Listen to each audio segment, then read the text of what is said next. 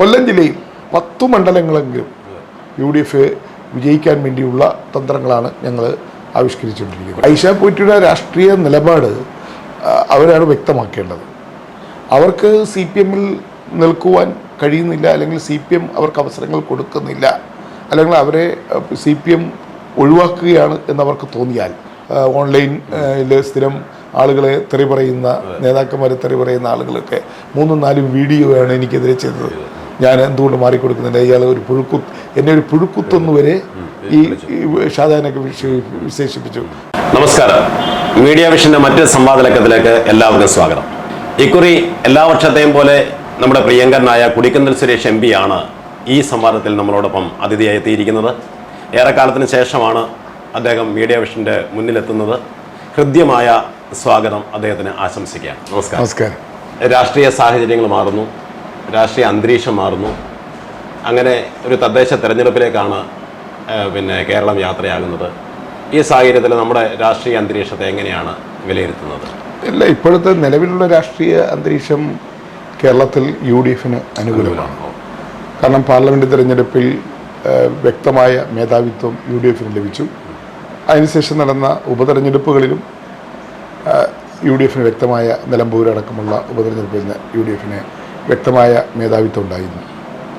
ഇനി നടക്കാൻ പോകുന്ന തദ്ദേശ സ്വയംഭരണ സ്ഥാപന തെരഞ്ഞെടുപ്പിലും അതിനുശേഷം നടക്കാൻ പോകുന്ന നിയമസഭാ തെരഞ്ഞെടുപ്പുകളിലും UDF-ന് വൻ വിജയം കരസ്ഥമാക്കാൻ കഴിയുമെന്നാണ് ഞാൻ പ്രതീക്ഷിക്കുന്നത്.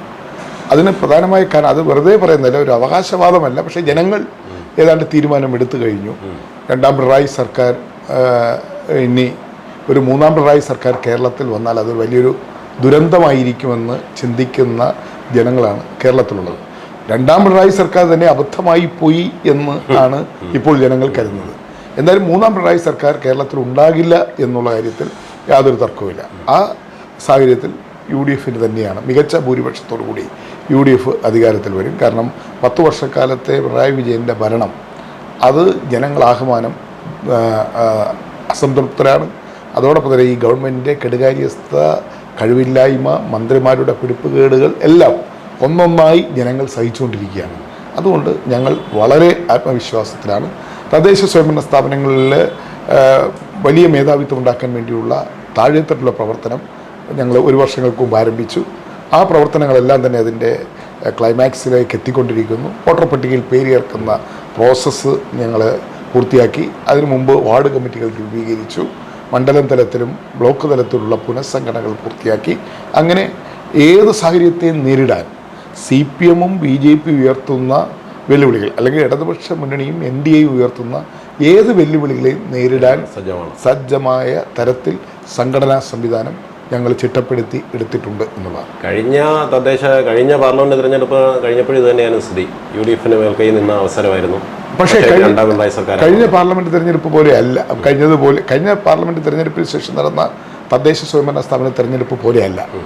കഴിഞ്ഞ പാർലമെന്റ് തിരഞ്ഞെടുപ്പിന് കോവിഡ് ഉൾപ്പെടെ പാർലമെന്റ് തിരഞ്ഞെടുപ്പിന് ശേഷമാണ് കോവിഡ് ഉണ്ടായത്. ആ കോവിഡ് കാലത്ത് ഈ ഇടതുപക്ഷ സർക്കാർ, അല്ലെങ്കിൽ പിണറായി സർക്കാർ ചെയ്ത കാര്യങ്ങൾ, കിറ്റ് കൊടുത്തതും അതുപോലെ തന്നെ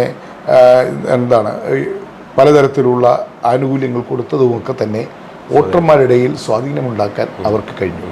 ആ സാഹചര്യം ഇപ്പം ഇല്ല. അങ്ങനെ ഒരു സാഹചര്യമില്ല. ഇന്ന് വോട്ടർമാരാകെ മടുത്തിരിക്കുന്നു. ഇടതുപക്ഷ മുന്നണിയിലെയും പ്രത്യേകിച്ച് CPM-ലെയും സാധാരണ പ്രവർത്തകർ ആഗ്രഹിക്കുന്നത് ഇനിയൊരു പിണറായി സർക്കാർ വരരുതെന്നാണ്.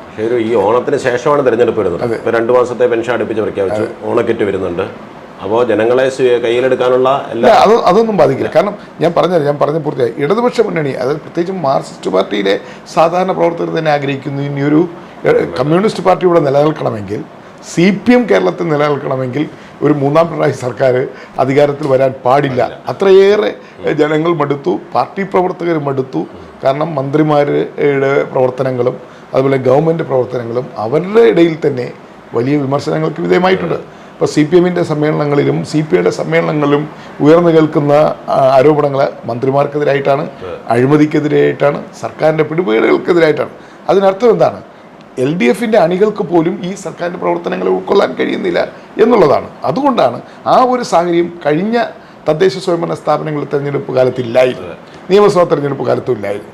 അതുകൊണ്ടാണ് ഞങ്ങൾക്ക് തിരിച്ചു വരാൻ കഴിയാതെ പോയത്. പക്ഷേ ഇത്തവണത്തെ സാഹചര്യം അതല്ല എന്നുള്ളതാണ്. ഈ തിരിച്ചുവരെന്ന് പറയുമ്പോൾ നമ്മുടെ തട്ടകത്തിൽ നിന്ന് തന്നെ തുടങ്ങണം. ഇപ്പോൾ കൊട്ടാരക്കര നഗരസഭ എടുത്താൽ കേരള കോൺഗ്രസ് പോയതിന് ശേഷം UDF ഭരണത്തിൽ കടക്കാൻ കഴിഞ്ഞിട്ടില്ല. എങ്ങനെയാണ് കൊട്ടാരക്കര നഗരസഭയിൽ അടുത്ത തദ്ദേശ തിരഞ്ഞെടുപ്പിനെ നേരിടുന്നത്?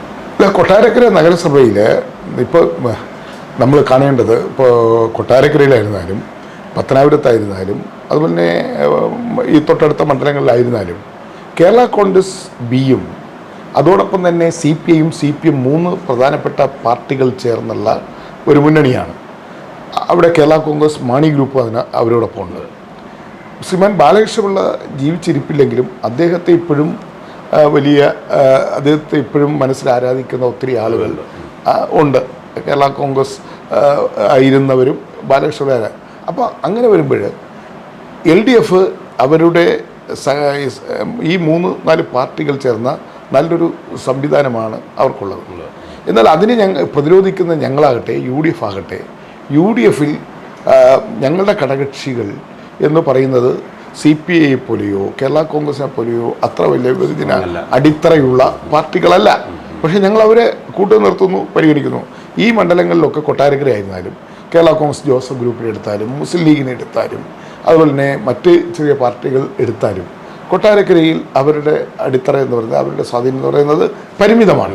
അപ്പോൾ ഇവിടെ ഒറ്റയ്ക്ക് ആണ് BJPയും LDFനെയും നേരിടുന്നത്. കോൺഗ്രസ് UDF ആണെങ്കിലും, സാങ്കേതികമായി പറയാം UDF ആണെങ്കിലും, UDFൽ തന്നെ കോൺഗ്രസ് ആണ് ഒറ്റയ്ക്ക് നേരിടുന്നത്. അപ്പോൾ എനിക്ക് ചോദിക്കാനുള്ള CPM ഒറ്റയ്ക്ക് മത്സരിക്കട്ടെ, CPI ഒറ്റയ്ക്ക് മത്സരിക്കട്ടെ, BJP അപ്പുറത്ത് ഒറ്റയ്ക്ക് മത്സരിക്കട്ടെ, ഞങ്ങളും മത്സരിക്കാം. അപ്പോൾ മനസ്സിലാകും ആരാണ് ഇവിടെ ബഹുജന അടിത്തറയുള്ള ജനപിന്തുണയുള്ള പാർട്ടിയെന്ന് മനസ്സിലാക്കാൻ കഴിയും.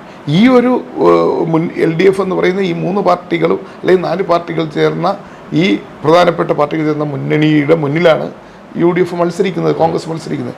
എന്നിട്ടും ഞങ്ങൾ ചില നിസ്സാരമായ സീറ്റുകളുടെ കുറവിലാണ് ഞങ്ങൾക്ക് മുനിസിപ്പൽ ഭരണം നഷ്ടപ്പെട്ടിരിക്കുന്നത്. എന്നാൽ ഇത്തവണ സാഹചര്യം അതല്ല. കാരണം കൊട്ടാരക്കരയിലെ മുനിസിപ്പാലിറ്റിയായിട്ട് 10 വർഷമാകുകയാണ്. 10 വർഷമാകുകയാണ്. ഈ 10 വർഷക്കാലത്തിനിടയിൽ കൊട്ടാരക്കര മുനിസിപ്പാലിറ്റിയിൽ ഒരു മാറ്റവും സംഭവിച്ചിട്ടില്ല. ഒരു മുനിസിപ്പൽ മന്ദിരം പോലും, മുനിസിപ്പാലിറ്റിക്ക് എല്ലാ സൗകര്യത്തോടും കൂടിയ ഒരു ബഹുനില കെട്ടിടമോ മുനിസിപ്പൽ മന്ദിരം പോലും അവർക്ക് പണിയാൻ കഴിയില്ല. ഒരു ടൗൺ ഹാൾ പണിയാൻ കഴിഞ്ഞിട്ടില്ല. അപ്പോൾ ഈ മുനിസിപ്പാലിറ്റിക്കകത്തുള്ള റോഡുകളുടെ ഒക്കെ അവസ്ഥ നമ്മൾ പരിശോധിച്ച് നോക്കുമ്പോൾ വളരെ ദയനീയമായ സാഹചര്യമാണ് ഉള്ളത്. അപ്പോൾ 10 വർഷം LDF ഭരിച്ചുകൊണ്ടിരിക്കുന്ന കൊട്ടാരക്കര നഗരസഭ പഞ്ചായത്തായിരുന്നതിനേക്കാൾ ഗതികേട്ട ഒരവസ്ഥയിലാണ് മുന്നോട്ട് പോയിക്കൊണ്ടിരിക്കുന്നത്. അതെല്ലാം വോട്ടർമാർക്ക് നന്നായിട്ട് മനസ്സിലായിട്ടുണ്ട്. അതുകൊണ്ട് തന്നെ ഇത്തവണ മുനിസിപ്പൽ തെരഞ്ഞെടുപ്പിൽ ഞങ്ങൾ വളരെ ശ്രദ്ധിച്ചായിരിക്കും സ്ഥാനാർത്ഥികളെ തീരുമാനിക്കുന്നത്. കഴിഞ്ഞ 2 തെരഞ്ഞെടുപ്പിൽ സ്ഥാനാർത്ഥികളെ തീരുമാനിച്ചതിലും ഒക്കെ ഞങ്ങൾക്ക് ചില പെശകുകൾ പറ്റിയിട്ടുണ്ടായിരുന്നു. ആ പെശക് ഞങ്ങൾ ഇത്തവണ വരാതിരിക്കാൻ പരമാവധി ശ്രമിക്കും. ഞങ്ങൾ വിജയസാധ്യതയുള്ള സ്ഥാനാർത്ഥികളേക്ക് ഏതാണ്ട് കണ്ടെത്തി കഴിഞ്ഞിരിക്കുന്നു. അതുകൊണ്ട് ഇത്തവണ കൊട്ടാരക്കര നഗരസഭ ഭരണം UDFന് ലഭിക്കുമെന്നുള്ള പൂർണ്ണ വിശ്വാസം ഞങ്ങൾ. ധനകാര്യമന്ത്രിയുടെ ക്യാമ്പ് ഓഫീസ് ഉള്ളത് കൊട്ടാരക്കരയിലാണ്. അതുകൊണ്ട് തന്നെ ഭരണത്തിൻ്റെ തരത്തിലുള്ള ഒരുപാട് പ്രവർത്തനങ്ങൾ ശക്തിയിലാണ് അവർ തെരഞ്ഞെടുപ്പിനെ നേരിടാൻ പോകുന്നത്. അല്ല, കഴിയും. ധനകാര്യമന്ത്രിയുടെ ഓഫീസ് കൊട്ടാരക്കരയിൽ ഉള്ളത് കൊണ്ട് ഞങ്ങൾക്ക് ഭയമൊന്നുമില്ല. കാരണം ധനകാര്യമന്ത്രിയോട് തന്നെ നമുക്ക് ചോദിക്കാനുള്ളത്, ഇപ്പോൾ ഇന്നലെ കശുവണ്ടി തൊഴിലാളികളുടെ വലിയൊരു മാർച്ച് കാഷ്യൂ കോർപ്പറേഷൻ്റെ ഹെഡ് ഓഫീസിലേക്ക് നടന്നു. ഈ നിയോജകമണ്ഡലത്തിൽ തന്നെ കൊട്ടാരക്കരയിൽ 25,000-ഓളം കശുവണ്ടി തൊഴിലാളികളുണ്ട്. 4 വർഷമായി സംസ്ഥാന ബഡ്ജറ്റ് അവതരിപ്പിക്കുന്നത് കൊട്ടാരക്കരയിൽ നിന്ന് MLA ആയി ധനകാര്യമന്ത്രിയായ ബാലഗോപാൽ ആണ്. അദ്ദേഹം ഈ പൂട്ടിക്കിടക്കുന്ന കശുവണ്ടി ഫാക്ടറികൾ തുറക്കാൻ വേണ്ടിയുള്ള ഒരു പാക്കേജിന് അദ്ദേഹത്തിന് കൊണ്ടുവരാൻ കഴിഞ്ഞിട്ടില്ല. അതോടൊപ്പം പൂട്ടിക്കിടക്കുന്ന കശുവണ്ടി ഫാക്ടറികളിൽ ജോലി ചെയ്ത ആയിരക്കണക്കിന് തൊഴിലാളികൾ ഇന്ന് പെൻഷൻ കിട്ടാതെ, അതുപോലെ ഗ്രാറ്റുവിറ്റി കിട്ടാതെ, ക്ഷേമനിധി കിട്ടാതെ, അതുപോലെ തന്നെ മറ്റ് ആനുകൂല്യങ്ങൾ കിട്ടാതെ അവർ ഇന്ന് വളരെ അധികം എന്ന് വെച്ചാൽ വളരെ ദയനീയമായ ഒരു സ്ഥിതിയിലാണ് അവർ ജീവിച്ച് മുന്നോട്ട് പോകുന്നത്. അവർ തന്നെ ഇന്ന് പ്രവർത്തിക്കുന്ന കമ്പനികളിൽ പോയി തുണ്ടെന്ന് പറഞ്ഞാൽ ESI ഇല്ല, PF ഇല്ല, മറ്റ് ആനുകൂല്യങ്ങളൊന്നുമില്ല. ചെയ്യുന്ന ജോലിക്ക് അന്നത്തെ തൂക്കം അനുസരിച്ച് കിട്ടുന്ന വേതനം വാങ്ങിച്ച് പോവുകയാണ്. അവർക്ക് മറ്റ് ആനുകൂല്യങ്ങളൊന്നും കിട്ടുന്നില്ല. അപ്പോൾ ഇങ്ങനെയുള്ളൊരു സാഹചര്യത്തിൽ 4 ബഡ്ജറ്റ് അവതരിപ്പിച്ചിട്ടും DA തൊഴിലാളികളുടെ കൂലി ഉമ്മൻചാണ്ടി സർക്കാരിൻ്റെ കാലത്ത് കൂട്ടിയ കൂലിയാണ് ഇപ്പോൾ നിലനിൽക്കുന്നത്. അത് ഈ 4 വർഷക്കാലത്തിനിടയിൽ അദ്ദേഹം ധനകാര്യമന്ത്രി കശുവണ്ടി തൊഴിലാളികളുടെ മിനിമം കൂലി പുതുക്കി നിശ്ചയിച്ചിട്ടില്ല. അതുപോലെ തന്നെ കശുവണ്ടി തൊഴിലാളികളുടെ പെൻഷൻ വർദ്ധിപ്പിച്ചിട്ടില്ല. അതുപോലെ കശുവണ്ടി തൊഴിലാളികൾക്ക് കിട്ടേണ്ട ഒരു ആനുകൂല്യവും നൽകാൻ ശ്രീ ബാലഗോപാലിന് കഴിഞ്ഞിട്ടില്ല. അതുതന്നെ ഒരു പ്രധാനപ്പെട്ട പ്രശ്നമാണ്. 25,000-ഓളം കശുവണ്ടി ഫാക്ടറികളുള്ള ഒരു നിയോജകമണ്ഡലമാണ് ഈ കൊട്ടാരക്കര നിയോജകമണ്ഡലം. അവർക്ക് ബോണസ് കഴിഞ്ഞ ഉമ്മൻചാണ്ടി സർക്കാരിൻ്റെ കാലത്ത് കിട്ടിയ 9,500 രൂപ ബോണസാണ് ഇപ്പോഴും പിണറായി വിജയൻ ഗവൺമെൻറ് അധികാരത്തിൽ നിന്ന് 10 വർഷം പൂർത്തിയാകുമ്പോഴും അവർക്ക് ലഭിക്കുന്ന 2016 ഉമ്മൻചാണ്ടി ഗവൺമെൻറ്റിൻ്റെ ആ ബോണസാണ്. ഒരു 500 രൂപ വെച്ചെങ്കിലും ഓരോ വർഷം കൂട്ടിക്കൊടുത്ത് നിന്ന് ഒരു 10,15,000 രൂപ ബോണസ് കശുവണ്ടി തൊഴിലാളി കിട്ടുമായിരുന്നു. ശ്രീ ബാലഗോപാൽ അവതരിപ്പിച്ച ബഡ്ജറ്റിൽ പോലും കശുവണ്ടി തൊഴിലാളികളുടെ ബോണസ് പോലും ഒരു 1000 രൂപ കൂട്ടി കൊടുക്കാൻ അദ്ദേഹത്തിന് കഴിഞ്ഞിട്ടില്ല. അതുകൊണ്ട് ഞങ്ങളെ സംബന്ധിച്ചിടത്തോളം ബാലഗോപാൽ ഇവിടെ കൊട്ടാരക്കര ധനകാര്യമന്ത്രി ആയതുകൊണ്ടോ കൊട്ടാരക്കര ജയിച്ച MLA ആയി ധനകാര്യമന്ത്രി ആയതുകൊണ്ടോ അദ്ദേഹം ഇവിടെ കൊട്ടാരക്കര താമസിക്കുന്നതുകൊണ്ടോ ഞങ്ങൾക്കൊരു ഭയവുമില്ല. ഞങ്ങളെ സംബന്ധിച്ചിടത്തോളം ഞങ്ങൾ പൂർണ്ണ ആത്മവിശ്വാസത്തിലാണ്.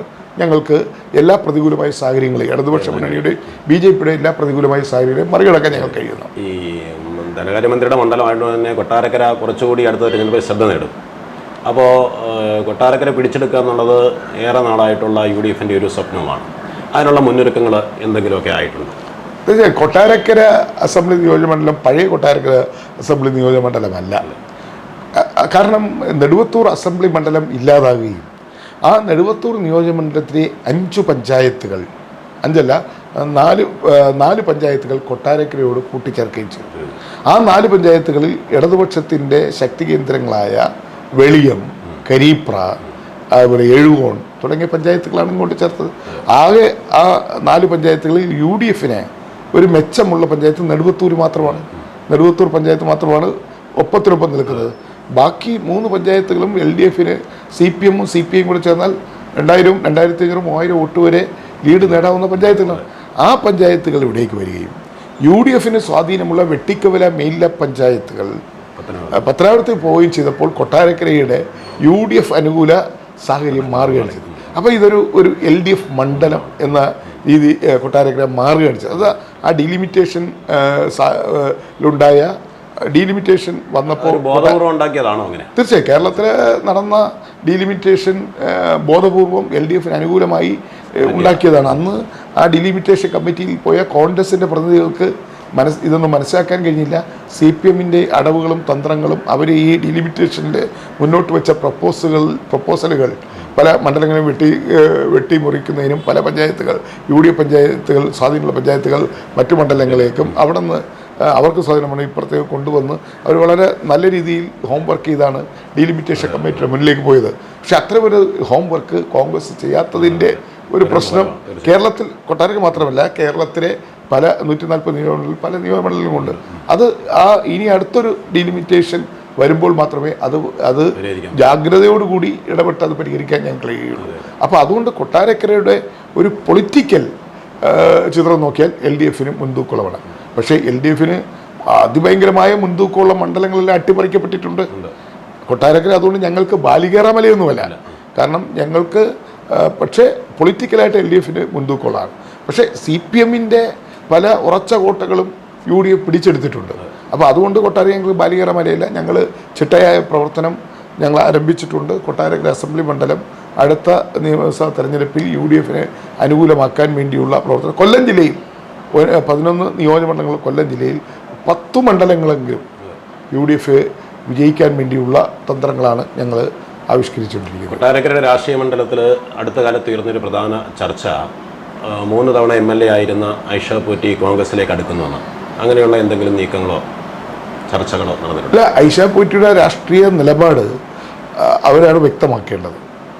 അവർക്ക് CPM-ൽ നിൽക്കുവാൻ കഴിയുന്നില്ല, അല്ലെങ്കിൽ CPM അവർക്ക് അവസരങ്ങൾ കൊടുക്കുന്നില്ല, അല്ലെങ്കിൽ അവരെ CPM ഒഴിവാക്കുകയാണ് എന്നവർക്ക് തോന്നിയാൽ അവരുടെ രാഷ്ട്രീയ പ്രവർത്തനം അവർക്ക് മുന്നോട്ട് കൊണ്ടുപോകണം. അവരുടെ രാഷ്ട്രീയ പ്രവർത്തന ശൈലിയോട് യോജിക്കാവുന്ന ഏതെങ്കിലും പാർട്ടിയിൽ അവർക്ക് ചേർന്ന് പ്രവർത്തിക്കണമെന്നും പാർലമെൻ്ററി രംഗത്ത് വീണ്ടും ആകണമെന്നും അവർക്ക് ആഗ്രഹമുണ്ടെങ്കിൽ തീർച്ചയായും കോൺഗ്രസ് അവരെ സ്വാഗതം ചെയ്യും. അത് ഞങ്ങൾ നേരത്തെ തന്നെ വ്യക്തമാക്കിയിട്ടുണ്ട്. പക്ഷേ തീരുമാനമെടുക്കേണ്ടത് അവരാണ്. ഞങ്ങളെ സംബന്ധിച്ചിടത്തോളം ഞങ്ങളുടെ വാതിൽ അവർക്ക് വേണ്ടി തുറന്നിട്ടിരിക്കുകയാണ്. ഞങ്ങൾക്ക് അവർ ഈ കോൺഗ്രസ്സിലേക്ക് UDFൻ്റെ ഭാഗമാകുന്നതിനോ ഞങ്ങൾക്ക് എതിർപ്പില്ല. ഞങ്ങൾ അതിനെ സ്വാഗതം ചെയ്തു. പക്ഷേ തീരുമാനമെടുക്കേണ്ടത് അവരാണ്. അവർ തീരുമാനമെടുത്താൽ തീർച്ചയായും അവർക്കൊരു സ്പേസ് കൊട്ടാരക്കരയിലുണ്ട്. കൊട്ടാരക്കര ജനങ്ങളുടെ ഇടയിൽ അവർക്കൊരു സ്പേസ് ഉണ്ട്. ആ സ്പേസിൽ നിന്നുകൊണ്ട് അവർക്ക് രാഷ്ട്രീയ രംഗത്ത് സജീവമാകണം, പാർലമെൻ്ററി രംഗത്ത് പ്രവർത്തിക്കണം, ജനങ്ങൾക്ക് വേണ്ടി പ്രവർത്തിക്കണമെന്ന് അവർക്ക് തോന്നുകയാണെങ്കിൽ CPM അതിന് അവസരം കൊടുക്കുന്നതിൽ അവരെ ഒഴിവാക്കിക്കൊണ്ടിരിക്കുന്നു ഒരു സാഹചര്യത്തിലാണ് അവർക്ക് തീർച്ചയായും UDF വരാം. UDF വന്നാൽ അവരെ ഏത് തരത്തിൽ പരിഗണിക്കുമോ ആ പരിഗണന കൊടുക്കാൻ ഞങ്ങൾ തയ്യാറാണ്. അത് ഞങ്ങൾ അവരെ അറിയിച്ചിട്ടുണ്ട്. പക്ഷേ തീരുമാനമെടുക്കേണ്ടത് ഐഷ പൊയ്റ്റയാണ്. ആ സ്പേസ് ഉപയോഗപ്പെടുത്തി UDF കൊട്ടാരക്കര UDF മണ്ഡലമാകാനുള്ള എന്തെങ്കിലും സാധ്യതയുണ്ടോ? ഐഷ പൊയ്റ്റയെ സംബന്ധിച്ചിടത്തോളം അവർ 3 വർഷം ഇവിടെ MLA ആയിരുന്ന് വളരെ ജനകീയമായ പ്രവർത്തനങ്ങൾ കാഴ്ചവെച്ച ഒരാളാണ്. അതിന് കാരണം എന്ന് വെച്ചാൽ ശ്രീ R. ബാലകൃഷ്ണപിള്ള സാർ കുറേ കാലമായി കൈകാര്യം ചെയ്തിരുന്ന അല്ലെങ്കിൽ ജനപ്രതിയായിരുന്ന ഒരു മണ്ഡലമാണ് ഇവിടെ. പെട്ടെന്ന് ബാലകൃഷ്ണപിള്ള സാർ മാറി ഐഷ പൊയ്റ്റി വരികയും അവർ കുറേ കൂടി താഴോട്ട് ജനങ്ങളുടെ ഇടയിലൊക്കെ ഇറങ്ങി പ്രവർത്തിക്കുകയും ഒക്കെ ചെയ്തപ്പോൾ ആളുകൾക്ക് അവരോടൊരു താല്പര്യം ഉണ്ടായി. ഇവിടുത്തെ ജനങ്ങളുടെ ഇടയിലുള്ള അവരുടെ ഒരു അപ്രോച്ചും അല്ലെങ്കിൽ പ്രവർത്തനമൊക്കെ വന്നപ്പോൾ ആളുകൾക്കൊരു ഇന്നും അവർ MLA ആയിരുന്ന ആ ഒരു കാലഘട്ടം ജനങ്ങളുടെ മനസ്സിൽ ഉണ്ട്. അതുകൊണ്ടാണ് അവർക്ക് ജനങ്ങളുടെ ഇടയിൽ ഇപ്പോഴും ആ ഒരു അഭിപ്രായം നിലനിൽക്കുന്നത്. അത് തീർച്ചയായും ഐഷ പൊയ്റ്റി എന്ന ജനപ്രതി അവർ ആയിരുന്ന കാലഘട്ടത്തിൽ നടത്തിയ പ്രവർത്തനങ്ങൾ ജനങ്ങൾ ഇപ്പോഴും വിലയിരുത്തിക്കൊണ്ടിരിക്കുകയാണ്. അങ്ങനത്തെ സാഹചര്യത്തിൽ അവരുടെ നിലപാടുകളും അവരുടെ അപ്രോച്ചുമൊക്കെ ജനങ്ങളുടെ ഇടയിൽ ഇപ്പോഴും ഉണ്ട്. അപ്പോൾ അതുകൊണ്ട് അവരെ സംബന്ധിച്ചിടത്തോളം അവർക്ക് കൊട്ടാരക്കരയിൽ തീർച്ചയായും ഒരു സ്പേസ് ഉണ്ടെന്ന് പറഞ്ഞത് അതുകൊണ്ടാണ്. അടുത്തിടെ കോൺഗ്രസ് പരിപാടിയിൽ ഒരു പങ്കെടുക്കുകയും ഉമ്മൻചാണ്ടി അനുസ്മരണത്തിൽ, അപ്പോൾ അങ്ങനെയൊക്കെ വന്നപ്പോഴാണ് ഈ ഐഷയെപ്പറ്റി കോൺഗ്രസോട്ട് അടുക്കുന്നുണ്ടോ എന്നൊരു ചർച്ച സജീവമാകുന്നത്. അല്ല, അത് G. സുധാകരൻ ആലപ്പുഴയിൽ കോൺഗ്രസിൻ്റെ പരിപാടികളിൽ പലതിലും പങ്കെടുക്കുന്നുണ്ട്. ഞങ്ങൾ ഇതുപോലെ അനുസ്മരണ സമ്മേളനങ്ങൾ, വല്ല സെമിനാറുകൾ അല്ലെങ്കിൽ ചർച്ചകളൊക്കെ നടക്കുന്ന ആലപ്പുഴ നടക്കുന്ന പരിപാടികളിലൊക്കെ തന്നെ മുൻ മന്ത്രിയായിരുന്ന G. സുധാകരൻ പങ്കെടുക്കുന്നുണ്ട്. അതുപോലെ കൊട്ടാരക്കരയിൽ ഉമ്മൻചാണ്ടി സാറിൻ്റെ ഒരു അനുസ്മരണം വന്നപ്പോൾ ആ കാലഘട്ടത്തിൽ പ്രതിപക്ഷ MLA ആയും ഭരണകക്ഷി MLA ആയിരുന്ന ജനപ്രതിയാണ് ഐഷ പൊയ്റ്റി. അപ്പോൾ ഞങ്ങൾ കോൺഗ്രസ്സുകാർ ഉമ്മൻചാണ്ടിയെക്കുറിച്ചുള്ള അദ്ദേഹത്തിനെക്കുറിച്ച്, അദ്ദേഹത്തിൻ്റെ നേട്ടങ്ങളെക്കുറിച്ച്, അദ്ദേഹത്തിൻ്റെ പ്രവർത്തനത്തെക്കുറിച്ച് ഒക്കെ, അദ്ദേഹത്തിൻ്റെ മുഖ്യമന്ത്രിയുള്ള അദ്ദേഹത്തിൻ്റെ ഇടപെടലുകളെക്കുറിച്ചൊക്കെ ഞങ്ങൾ പറയുന്നതിനേക്കാൾ കുറേ കൂടി പ്രാധാന്യം അന്ന് പ്രതിപക്ഷത്തും ഭരണപക്ഷത്തും MLA ആയിരുന്ന ഐഷ പൊയ്റ്റി പറയുന്നതിനുണ്ട്. അപ്പോൾ അതുകൊണ്ട് അങ്ങനെ ഒരു കൺസെപ്റ്റിലാണ് ഞങ്ങൾ. അത് ഒരു കോൺഗ്രസ് പാർട്ടിയുടെ മാത്രം അനുസ്മരണ സമ്മേളനമല്ല, മറ്റു പാർട്ടിക്കാരെ ഞങ്ങൾ ക്ഷണിച്ചിരുന്നു. അപ്പോൾ ഐഷ പൊയ്റ്റി ഞങ്ങൾ ക്ഷണിച്ചപ്പോൾ അവർ വരാൻ ശ്രമിച്ചു. ഞങ്ങൾ CPI നേതാക്കൾ വിളിച്ചിരുന്നു. അപ്പോൾ അവിടുത്തെ മൈലം പഞ്ചായത്തിലെ CPMൻ്റെ ഒരു സീനിയർ ജനപ്രതിയാണ് അവരയച്ചത്. മറ്റു പാർട്ടികളെല്ലാവരും വിളിച്ചിരുന്നു. അപ്പോൾ അതൊരു കോൺഗ്രസിന് മാത്രം ഒരു അനുസ്മരണ സമ്മേളനമായിരുന്നില്ല, മറിച്ച് എല്ലാവരുമായി എല്ലാ പാർട്ടികളിലും പ്രതികളുണ്ടായിരുന്നു. അതിൽ ഐഷ പൊയ്റ്റിയാണ് കൂടുതൽ പ്രോമിനൻസ് കിട്ടിയ. കാരണം എന്ന് വെച്ചാൽ അവർ ഉമ്മൻചാണ്ടിയുടെ കാലഘട്ടത്തിൽ ഭരണകക്ഷി പ്രതിപക്ഷ MLA ആയിരുന്ന, ഇടതുപക്ഷ MLA ആയിരുന്ന, അത് ആ ഒരു പ്രാധാന്യം അതിൽ രാഷ്ട്രീയം ഞങ്ങൾ പറഞ്ഞിട്ടുമില്ല, സംസാരിച്ചിട്ടുമില്ല. ഒരു രാഷ്ട്രീയ കാഴ്ചപ്പാടോടുകൂടിയല്ല ഞങ്ങൾ അവരെ വിളിച്ചത്. ഈ നിയമസഭാ തെരഞ്ഞെടുപ്പ് അടുക്കുമ്പോൾ വരുന്ന പ്രധാനപ്പെട്ട ചില ചർച്ചകൾ, MPമാരായിരുന്ന പലരും സംസ്ഥാനത്തിലേക്ക് വരാൻ ആഗ്രഹിക്കുന്നു, മത്സരിക്കാൻ ആഗ്രഹിക്കുന്നു എന്നൊക്കെ ഒരുപാട് ചർച്ചകൾ നടക്കുന്നു. എങ്ങനെയാണ്, ആഗ്രഹമുണ്ടോ? ഇല്ല, ഞാൻ അങ്ങനെ ആഗ്രഹിച്ചിട്ടില്ല. കാരണം നിയമസഭാ തെരഞ്ഞെടുപ്പിൽ മത്സരിക്കുന്നതിനെക്കുറിച്ച് ആലോചിച്ചിട്ടേ ഇല്ല. അതോടൊപ്പം തന്നെ ഇപ്പോൾ പാർലമെൻറ്റ് അംഗമാണ് ഞാൻ, ലോക്സഭയിലെ ഏറ്റവും മുതിർന്ന അംഗമാണ്, 8ാമത്തെ പ്രാവശ്യം ജയിച്ചതാണ് ഞാൻ. ഇപ്പോൾ പാർലമെൻറ്റിലെ ചീഫ് വിപ്പ്, ലോക്സഭയിലെ പ്രതിപക്ഷ ചീഫ് വിപ്പാണ്. അങ്ങനെ ഒരുപാട് ഉത്തരവാദിത്വങ്ങൾ പാർട്ടി എനിക്ക് തരുന്നുണ്ട്. AICCയുടെ വർക്കിംഗ് കമ്മിറ്റി അംഗമാണ്. അപ്പോൾ 5 വർഷത്തേക്ക് ലോക്സഭയിലേക്ക് ജയിച്ച് അംഗമായ എന്നെ സംബന്ധിച്ചിടത്തോളം ഈ നിയോജകമണ്ഡലത്തിൽ, പാർലമെൻറ്റ് മണ്ഡലത്തിൽ പ്രവർത്തിക്കുകയും പാർട്ടിക്ക് വേണ്ടി പ്രവർത്തിക്കുകയും ചെയ്യുന്നതാണ്. അവിടെ ഈ പാർലമെൻറ്റ് അംഗത്വത്തിൽ നിന്ന് അസംബ്ലിയിലേക്ക് പോകാൻ ഞാൻ ഒരിക്കലും ആഗ്രഹിച്ചിട്ടില്ല. അങ്ങനെ ഒരു അഭ്യർത്ഥന പാർട്ടി നേതൃത്വത്തിന് മുന്നിൽ വെച്ചിട്ടില്ല. എന്നാൽ സത്യസന്ധമായി പറഞ്ഞാൽ, എന്നെ ഒരുപാട് സൈബർ ഇടങ്ങളിൽ ഒരുപാട് ആക്രമണങ്ങൾ നടത്തുന്നുണ്ട്. സത്യസന്ധമായി പറഞ്ഞാൽ ഇത്തവണ ലോക്സഭാ തെരഞ്ഞെടുപ്പിൽ എന്നെ ഒഴിവാക്കണം, പുതിയൊരു സ്ഥാനാർത്ഥിയെ ഇവിടെ കണ്ടെത്തി നിർത്തണം എന്ന് സത്യസന്ധമായി ആത്മാർത്ഥമായി ആവശ്യപ്പെട്ട ഒരാളാണ് ഞാൻ. പാർട്ടിയുടെ നേതൃത്വത്തോട് ആവശ്യപ്പെട്ടാണ്. അതുപോലെ തന്നെ കഴിഞ്ഞ പ്രാവശ്യവും 17ാം ലോക്സഭയിലേക്കുള്ള തെരഞ്ഞെടുപ്പ് സമയത്ത് എന്നെ പാർലമെൻ്ററി രംഗത്തു നിന്ന് അല്ലെങ്കിൽ ലോക്സഭാ മത്സരത്തിൽ നിന്ന് എന്നെ ഒഴിവാക്കണമെന്ന് ഞാൻ പാർട്ടി നേതൃത്വത്തോട് അത് ആത്മാർത്ഥമായിട്ട് ആവശ്യപ്പെട്ടാണ്. അല്ലാതെ അതൊരു ഒരു ഭംഗി വാക്കിന് വേണ്ടി ഭംഗി വാക്കിന് വേണ്ടി ആവശ്യപ്പെട്ടില്ല, ആത്മാർത്ഥമായി ആവശ്യപ്പെട്ടാണ്. അതിന് കാരണം ഞാൻ 1989 അന്ന് എനിക്ക് 27ാമത്തെ വയസ്സിലാണ് ഞാൻ ലോക്സഭാ അംഗമായത്. അന്ന് ഞാൻ ഡൽഹിക്ക് വളരെ ചെറുപ്പത്തിൽ 27ാമത്തെ വയസ്സിൽ ഡൽഹിക്ക് പോയതാണ്. എന്നോടൊപ്പം ഡൽഹിക്ക് വന്ന എല്ലാവരും തിരിച്ചു പോന്നു. എ കെ ആന്റണി സാർ തിരിച്ചു പോന്നു, വയലാർ തിരിച്ചു പോന്നു, രമേശ് പോന്നു, കെ മുരളീധരൻ പോന്നു, കെ വി തോമസ് പോന്നു, പി ജെ പി സാർ പോന്നു. അന്ന് അപ്പോൾ ആ കാലഘട്ടത്തിൽ ഡൽഹിയിൽ പോയി ഏതാണ്ട് 10-30 വർഷക്കാലം തിരുവനന്തപുരം ഡൽഹി അല്ലെങ്കിൽ മാവേലിക്കര ഡൽഹി, അടൂർ ഡൽഹി എന്ന് പറഞ്ഞ് ഇങ്ങനെ യാത്ര ചെയ്തുകൊണ്ടിരിക്കുന്നതാണ്. അപ്പോൾ എനിക്കൊരു റിലീഫ് വേണം, വർക്ക് ലോഡ് ഒന്ന് കുറയ്ക്കണം. അപ്പോൾ അതുകൊണ്ട് കേരളത്തിൽ കോൺഗ്രസ് പാർട്ടിയുടെ പ്രവർത്തനവുമായി ബന്ധപ്പെട്ട് അതിന് എനിക്ക് ഞാൻ വർക്കിംഗ് പ്രസിഡൻ്റായിരുന്നു, വർക്കിംഗ് കമ്മിറ്റി അംഗമായിരുന്നു, അപ്പോൾ KPC ജനറൽ സെക്രട്ടറി ആയിരുന്നു. അപ്പോൾ ആ രീതിയിൽ പാർട്ടിക്ക് വേണ്ടി കേരളം ഒട്ടാകെ പോയി പ്രവർത്തിക്കാനുള്ള പാർട്ടി സ്ഥാനങ്ങളും എനിക്കുണ്ടായിരുന്നു. അതുകൊണ്ട് ഞാൻ ഭംഗിവാക്ക് പറഞ്ഞില്ല, ഞാൻ വളരെ ആത്മാർത്ഥമായി സത്യസന്ധമായി പാർട്ടി നേതൃത്വം ആവശ്യപ്പെട്ടാണ്. പക്ഷേ കഴിഞ്ഞ തെരഞ്ഞെടുപ്പിലും ഈ തെരഞ്ഞെടുപ്പിലും പാർട്ടി പറഞ്ഞു ഒരു കാരണവശാലും തെരഞ്ഞെടുപ്പിൽ ഇങ്ങനെ മാറാൻ പറ്റില്ല, മാവേലിക്കൽ ലോക്സഭാ മണ്ഡലത്തിൽ ഇത്തവണയും മത്സരിച്ചേ മതിയാവും, പകരം ഒരു സ്ഥാനാർത്ഥിയെ കണ്ടെത്താൻ എളുപ്പമല്ല, അതുകൊണ്ട് മത്സരിച്ചേ മതിയാവുന്നു. പാർട്ടിയുടെ നിർബന്ധത്തിന് വഴങ്ങിയാണ് ഞാൻ ഇത്തവണയും മത്സരിച്ചത്.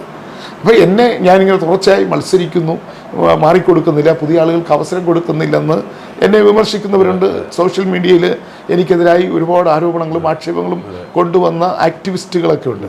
പക്ഷേ ഞാൻ സത്യസന്ധമായി തുറന്നു പറഞ്ഞാൽ ഞാൻ പാർട്ടി നേതൃത്വം, പക്ഷേ അത് ഞാൻ പരസ്യമായി പറഞ്ഞില്ല. ഞാൻ പരസ്യമായി പാർട്ടിയെ പ്രതിരോധത്തിലാക്കാൻ ഞാനില്ല. ഒരിക്കൽ മത്സരിക്കാൻ ഇല്ലെന്ന് പറഞ്ഞിട്ട് വീണ്ടും മത്സരിക്കാൻ വരുമ്പോൾ, പാർട്ടി തീരുമാനിച്ച് മത്സരിക്കാൻ വരുമ്പോൾ ആളുകളുടെ അത് ചർച്ചയാവും. നേരത്തെ കൃഷ്ണകുമാറിനെ പോലെയുള്ള പലരും അങ്ങനെ പറഞ്ഞിട്ട് പിന്നെ മത്സരിക്കാൻ വന്നപ്പോൾ ആളുകളുടെ ഇടയിൽ അതുകൊണ്ട് പാർട്ടിയുടെ നേതൃത്വ ലെവലില് നേതാക്കളുടെ മുന്നിലും നേതൃത്വ യോഗം നടന്ന യോഗങ്ങളിലും ആണ് ഞാൻ ആവശ്യപ്പെട്ടത്. പക്ഷേ എന്നെ സംബന്ധിച്ച് അപ്പോൾ ഞാൻ വീണ്ടും മത്സരിച്ചു, 8ാമത്തെ പ്രാവശ്യം മത്സരം ജയിച്ചു. എൻ്റെ മുന്നിലുള്ള കാര്യം നിയമസഭാ സീറ്റിൽ മത്സരിക്കുന്നത് എൻ്റെ അജണ്ടയിലില്ല. ഞാൻ പാർലമെൻ്ററി രംഗത്ത് ഇനി 2029 വരെ മാവേലിക്കര MP എന്ന നിലയിൽ തുടരും എന്നുള്ളതാണ്. ആ പ്രവർത്തനങ്ങളുമായി മുന്നോട്ട് പോകും. എന്നാൽ ഞാൻ 2004 തോറ്റപ്പോഴേ, 2004 ഞാൻ തോറ്റായിരുന്നു ഇവിടെ അടൂർ ലോക്സഭ തോറ്റായിരുന്നു. അന്ന് ഞാൻ നേതൃത്വത്തിൽ 2006 നിയമസഭാ തെരഞ്ഞെടുപ്പ് വന്നപ്പോൾ നേതൃത്വത്തോട് ആവശ്യപ്പെട്ടതാണ്, എനിക്ക് ഇനി പാർലമെൻറ്റിൽ പോകാൻ താല്പര്യമില്ല, അതുകൊണ്ട് ഈ അസംബ്ലി തെരഞ്ഞെടുപ്പിൽ UDF തോക്കുന്ന ഏതെങ്കിലും ഒരു സംവരണ മണ്ഡലത്തിൽ UDF ഒരിക്കലും ജയിക്കാത്ത ഏതെങ്കിലും ഒരു സംവരണ മണ്ഡലത്തിൽ എന്നെ നിർത്തിയാൽ ഞാൻ എങ്ങനെയെങ്കിലും അവിടെ പോയി മത്സരിച്ച്, കാരണം ഒരു പാർലമെൻറ്റ് മണ്ഡലത്തിൽ മത്സരിച്ച് തുടർച്ചയായി ജയിച്ചിട്ടുള്ളത് അസംബ്ലി മണ്ഡലത്തിൽ പോയി ജയിക്കുന്നതിനോ അല്ലെങ്കിൽ അവിടെ ജയിക്കാനുള്ള പ്രവർത്തനം കാഴ്ചവെക്കുന്നതിനോ ഒരു പ്രയാസമില്ല. അപ്പോൾ ഞാൻ അന്ന് എന്ത് ചെയ്തു, അന്ന് ഞാൻ അങ്ങനെ ഒരു ആവശ്യം ഉന്നയിച്ചു. അപ്പോൾ അന്ന് നേതൃത്വം ഞങ്ങൾ പറഞ്ഞത്, അന്ന് കേരളത്തിൽ പാർട്ടിയുടെ നേതൃത്വം നൽകിയിരുന്നത് രമേശ് ചെന്നിത്തലയും ഉമ്മൻചാണ്ടിയൊക്കെ ആയിരുന്നു. അവർ പറഞ്ഞു പാർലമെൻറ്റിൽ മത്സരിച്ച് തോറ്റവരാരും നിയമസഭയിലേക്ക് മത്സരിക്കാൻ പാടില്ല എന്നൊരു പോളിസി, എന്നൊരു തീരുമാനം അവർ കൊണ്ടുവന്നു. അത് ഞങ്ങളെപ്പോലെയുള്ള പലരെയും ഒഴിവാക്കാൻ. കാരണം 2004 ലോക്സഭാ തെരഞ്ഞെടുപ്പിൽ UDF 19 തോറ്റു, ഒരിടത്ത് മാത്രമേ ജയിച്ചുള്ളൂ. എവിടെ? അതായത് അന്ന് മഞ്ചേരിയിൽ അഹമ്മദ് മാത്രമേ ജയിച്ചുള്ളൂ. ബാക്കി 19 ഞാൻ തോറ്റു, BM സുരേന്ദ്രൻ തോറ്റു, തോറ്റു, എല്ലാവരും തോറ്റു നിൽക്കുകയാണ്. എല്ലാവരും തോറ്റു നിൽക്കുമ്പോൾ അന്നൊരു തീരുമാനം കൊണ്ടുവന്നത് എന്താ, പാർലമെൻറ്റ് മത്സരിച്ചവരാരും നിയമസഭയിലേക്ക് മത്സരിക്കാൻ പാടില്ല എന്നൊരു തീരുമാനം കൊണ്ടുവന്നു. ആ തീരുമാനത്തിൻ്റെ അടിസ്ഥാനത്തിൽ 2006 ഞാൻ അന്ന് 2004 തെരഞ്ഞെടുപ്പിൽ തോറ്റു നിൽക്കുകയാണ്. എ കെ ആന്റണി കേരളത്തിൻ്റെ അന്ന് തോറ്റു നിൽക്കുകയാണ്. അത് കഴിഞ്ഞിട്ട് എ കെ ആന്റണി കേരളത്തിൻ്റെ മുഖ്യമന്ത്രിയാണ്. മുഖ്യമന്ത്രി സ്ഥാനം അദ്ദേഹം അന്ന് ഒഴിയുകയാണ്. 20-19 തോറ്റതിൻ്റെ ഉത്തരവാദിത്തം ഏറ്റെടുത്ത അദ്ദേഹം ഒഴിയുകയാണ്.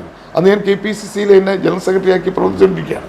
അന്ന് ഞാൻ ഈ നേതാക്കളോട് പറഞ്ഞു, നിങ്ങൾ കോൺഗ്രസ് ജയിക്കുന്ന UD ജയിക്കുന്ന ഒരു സംവരണ മണ്ഡലത്തിൽ തന്നെ നടത്തട്ടെ. കേരളത്തിൽ 14 സംവരണ മണ്ഡലങ്ങളുണ്ട്. അതിൽ UD ജയിക്കാത്ത വൈക്കമുണ്ട്, അതുപോലെ തന്നെ പല സ്ഥലങ്ങളുണ്ട്, കുന്നത്തൂരുണ്ട്, അതല്ലെങ്കിൽ കോൺഗ്രസ് മത്സരിക്കുന്ന ഏത് മണ്ഡലത്തിൽ അന്ന് അടൂരൊന്നും സംവരണമല്ല, അത് 2009 സംവരണം. അപ്പോൾ അന്ന് പാർട്ടിയുടെ ഒരു തീരുമാനമെടുത്തു, പാർലമെൻറ്റിൽ ലോക്സഭയിൽ മത്സരിച്ച് തോറ്റവരാരും നിയമസഭ മത്സരിക്കുന്ന തീരുമാനമെടുത്തു. ആ തീരുമാനം അനുസരിച്ചുകൊണ്ട് ഞാൻ പാർട്ടിക്ക് വേണ്ടി പ്രവർത്തിച്ചു. പിന്നീടാണ് 2009 വീണ്ടും ലോക്സഭയിലേക്ക് പാർലമെന്റ് മണ്ഡലങ്ങളിൽ അങ്ങോട്ടും ഇങ്ങോട്ടും മാറി, അടൂർ മാറി, മാവേലിക്കരയിൽ വന്നു. അപ്പോൾ എന്നെ വീണ്ടും പലരും മത്സരിക്കുകയും ചെയ്തു. പിന്നീട് പലരും മത്സരിക്കേണ്ടി വന്നു, മത്സരിപ്പിച്ചു. പക്ഷേ ഇതാണ് ഇതിൻ്റെ ഒരു കഥ. ഏതാണ് എന്നെ സംബന്ധിച്ചുള്ള കഥ അതാണ്. ഈ ഒരു നെഗറ്റീവ് ക്യാമ്പയിൻ്റെ കാര്യം പറഞ്ഞല്ലോ, അത് പാർട്ടിക്കുള്ളിൽ തന്നെ ഉണ്ടായിരുന്നു, പുറത്തുനിന്നുണ്ടായിരുന്നു, സൈബർ ഇടങ്ങളിലുണ്ടായിരുന്നു. അത് ഏതെങ്കിലും തരത്തിൽ കഴിഞ്ഞ തെരഞ്ഞെടുപ്പിൽ നമ്മുടെ വോട്ട് കുറഞ്ഞതിനെ ബാധിച്ചിട്ടുണ്ട്? നന്നായിട്ട് ബാധിച്ചു.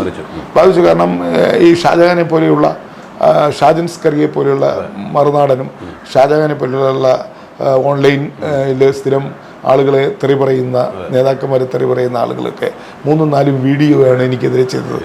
ഞാൻ എന്തുകൊണ്ട് മാറിക്കൊടുക്കുന്നില്ല, ഇയാൾ എന്നെ ഒരു പുഴുക്കുത്തൊന്നു വരെ ഈ ഷാജഹാനൊക്കെ വിശേഷിപ്പിച്ചു.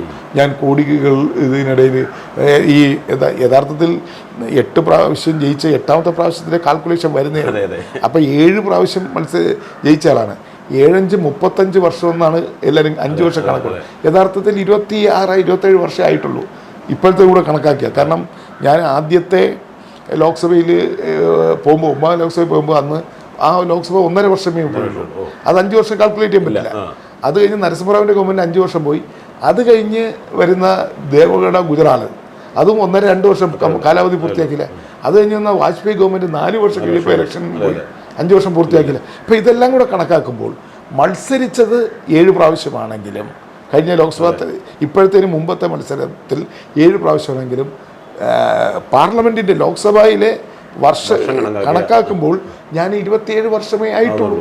ഇപ്പോഴാണ് 28ാമത്തെ വർഷത്തിലേക്ക് കണക്കാണ്. 5 ടൈമിൻ്റെ കാലമേ ആയിട്ടുള്ളൂ. പക്ഷേ ഇവിടെ 35-40 വർഷം ഒക്കെ ആയവരും MLA-മാരായിരുന്നവരും MP-മാരായിരുന്നവരും മാറിയും തിരിഞ്ഞും മത്സരിക്കുന്നവർക്കൊന്നും ഒരു പ്രശ്നമില്ല, അവർക്കൊന്നും ഒരു വിമർശനവും ഇല്ല. അവരെ ഒന്നും മാറണമെന്ന് ഇവരാരും ആവശ്യപ്പെടുന്നില്ല. എന്നെ മാത്രം ഫോക്കസ് ചെയ്ത് അത് ഒരു ഗൂഢാലോചന അതിനകത്ത് നടന്നിട്ടുണ്ടെന്ന് ഞാൻ കരുതുന്നത്. ഏതാണ് ഞാൻ 45 ഇനി ഇത് 8ാമത്തെ പ്രാവശ്യം 40 വർഷമാവുന്നു, ഇയാൾക്ക് മാറിക്കൊടുത്തൂടെ എന്നൊക്കെ പറഞ്ഞ് വളരെ മോശമായ രീതിയിൽ എൻ്റെ പ്രവർത്തന ശൈലിയെക്കുറിച്ച് അറിഞ്ഞുകൂടാത്തവരും ഞാൻ എങ്ങനെ ഈ മണ്ഡലത്തിൽ ജയിക്കുന്നു എന്ന് മനസ്സിലാക്കിയിട്ടില്ലാത്ത പുതിയ വോട്ടർമാരെയൊക്കെ നന്നായി സ്വാധീനിച്ചു. അത് എൻ്റെ പ്രവർത്തന ശൈലിയെക്കുറിച്ച് മനസ്സിലാക്കാത്ത ആക്ടിവിസ്റ്റുകളാണ് എനിക്കെതിരായിട്ട് അത്തരം ഒരു ആരോപണം കൊണ്ടുപോകുന്നത്. അത് പുതിയ വോട്ടർമാരുടെയിലും കുറേ പുതിയ വോട്ടർമാരുടെയിലൊക്കെ അത് ബാധിച്ചു. ആ രീതിയിലാണ് എനിക്ക് ഇത്തവണ ഭൂരിപക്ഷം കുറഞ്ഞത്. 1. 2, മാവേലിക്കര ലോക്സഭാ മണ്ഡലം മറ്റു മണ്ഡലങ്ങളെപ്പോലെ UDFന് അതിഭയങ്കരമായ മെജോറിറ്റിയുള്ള മണ്ഡലമല്ല. കാരണം പുതിയ മാവേലിക്കര മണ്ഡലത്തിൻ്റെ സ്വഭാവം അതാണ്. LDFന് നല്ല രീതിയിൽ മുൻതൂക്കമുള്ള ഒരു മണ്ഡലമാണ്. ഇപ്പോഴത്തെ മണ്ഡല പുനർനിർണയത്തിൽ ഇതിൽ UDFന് അല്പം അഡ്വാൻറ്റേജ് ഉള്ളത് ചങ്ങനാശ്ശേരി മാത്രമാണ്.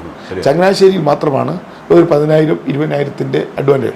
ബാക്കിയെല്ലാം LDFന് നല്ല സ്വാധീനമുള്ള മണ്ഡലങ്ങളാണ്. നല്ല സ്വാധീനം കൊട്ടാരക്കര, പത്തനാപുരം എല്ലാം മണ്ഡലങ്ങളാണ്. ഇവിടെ പിന്നെ ഞാൻ നേരിട്ടത് എങ്ങനെയാണ്?